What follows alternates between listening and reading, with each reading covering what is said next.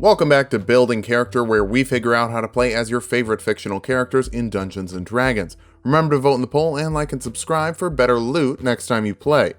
Maybe. Today we're building Zer0 from Borderlands. Just a quick note, I saw several comments excited for Zer0 from Mega Man, so sorry, I'll put them on the schedule sometime early next year, but also watch the whole video. I talk about the polls at the end. Anyway, Zer0 is my personal favorite of the characters from Borderlands 3, not because he's an edgy assassin, but because he isn't. He's a goofy guy who likes emojis, poetry, and Yu-Gi-Oh!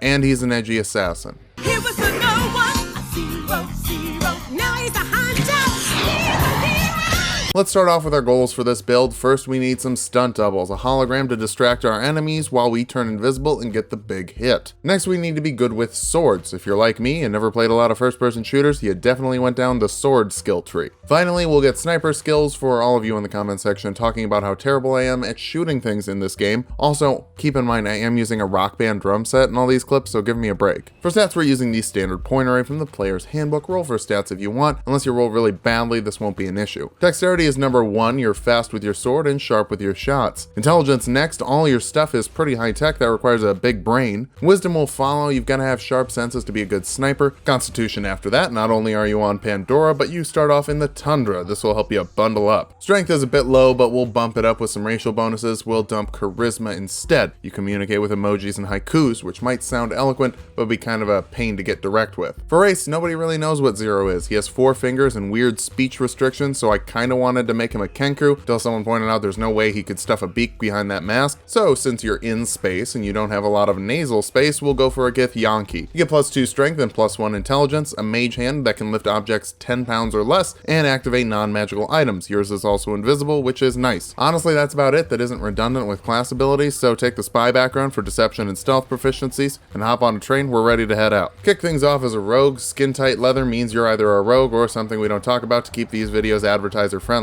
Or both, live your life. You can grab 4 skills from the rogue list. Acrobatics, sleight of hand, perception, and athletics would be my picks. Use your expertise to double your proficiency bonus with stealth and deception. Stealth is particularly useful for rogues as it can help with your sneak attack, letting you add 1d6 to the damage of a ranged attack or finesse weapon attack that you have advantage on, or if you have an ally within 5 feet of the target. Headshots save ammo, try to be economical. Second level rogues get cunning action, letting you dash, disengage, or hide as a bonus action on your turn, so you can get nice and far away before lining up the perfect shot. Third level rogues can choose a roguish archetype, and let me address why I didn't choose assassin, even though that's literally Zer0's subtitle. Assassins are ambushers in D&D, and the level 3 ability is great and pretty in character, but then it's all about disguises and alternate identities. That's not really Zer0. So let me instead tell you about the arcane trickster, which will eventually give us some very good options for Borderlands' deception skill. First, you get mage hand legerdemain, which is a great word for Scrabble and a fun ability in D&D. Lets you pickpockets, reverse pickpockets,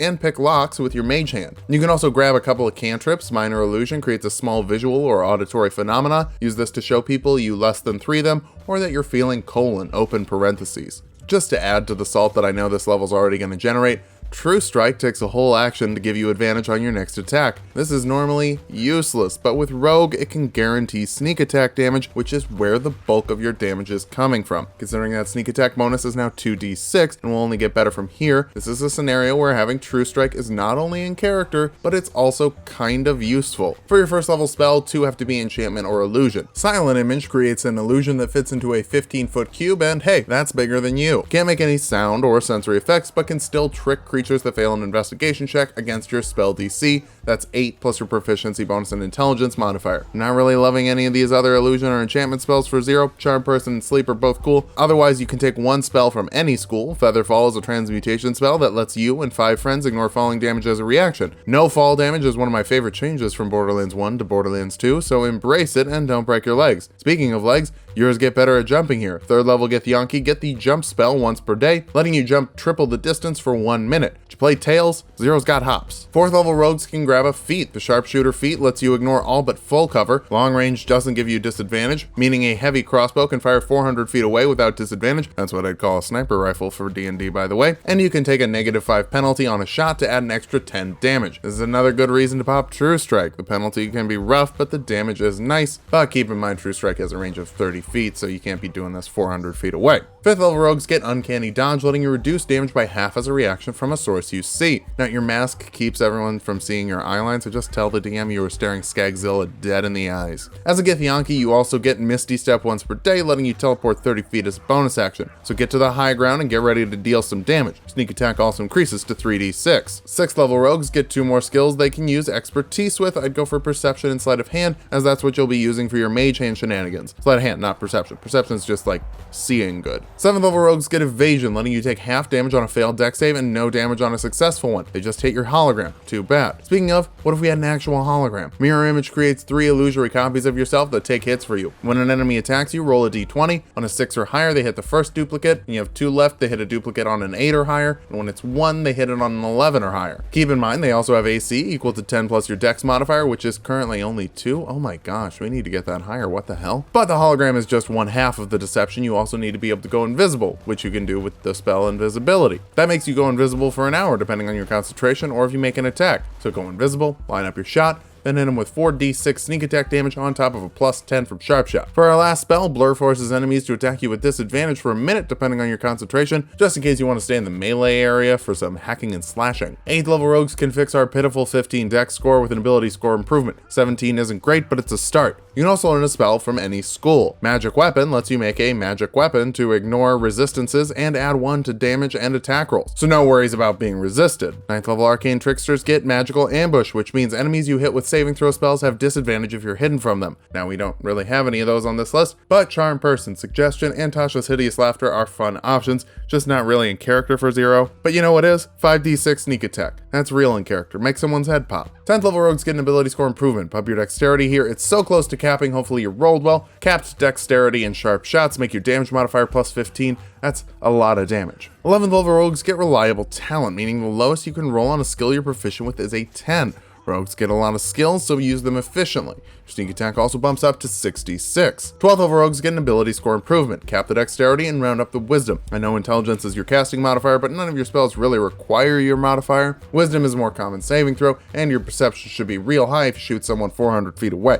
13th level arcane tricksters get versatile trickster, letting you distract enemies with your mage hand as a bonus action to give yourself advantage on the attack. This is like permanent deception and basically guarantees sneak attack on creatures within the range of your mage hand, that's 30 feet. Speaking of, your sneak attack damage is now 76. Bouncing over to fighter now, 1st level fighters choose a fighting style. Archery makes you more accurate, adding 2 to your attack rolls with ranged weapons, so your sharp shot modifier is now +7, which is honestly pretty good considering your damage modifier is +15. You'll also get Second Wind, which lets you heal 1d10 plus your fighter level as a bonus action once per short rest, and you don't even have to kill someone. But you can, if you want. 2nd level fighters get Action Surge, letting you make 1 extra action per short rest, so hit the badass with 2 headshots instead of 1. 3rd level fighters get to choose a martial archetype. Champions get improved critical, letting you crit on a 19 or a 20. Crits with sneak attack double all of that damage as well, and you have methods to give yourself advantage on your attacks for essentially a quadruple chance to land a 14d6 critical hit, with your insane damage modifier applied afterwards. Zer0 likes his headshots, and so do I, even though I keep missing them in the footage. 4th level fighters can pick up another feat, and let's fix this reloading issue, shall we? Crossbow Expert lets you reload your crossbow without using a bonus action. It also lets you hit targets in melee range with a crossbow without taking a penalty to the roll. You can also fire a second shot with a hand crossbow after you take an attack action. Snipers might be your main thing, but you're pretty great with pistols too. 5th level fighters get an extra attack, meaning you can make 2 attacks instead of 1 with your action. Save the sneak attack for the second shot unless you crit on the first. Manipulate your headshots a little bit. 6th level fighters get an ability score improvement. I'm going to recommend Constitution for better concentration and HP. Our capstone is the 14th level of Rogue for Blind Sense, letting you attack invisible foes within 10 feet of you as long as you can hear. But really we're here for a 3rd level spell from any school. Haste lets you double a target's movement speed, give them advantage on dexterity saves, add 2 to their AC, and give them an additional action once per round, with the understanding that it can only be used for 1 attack even if you have extra attack. Give this to yourself,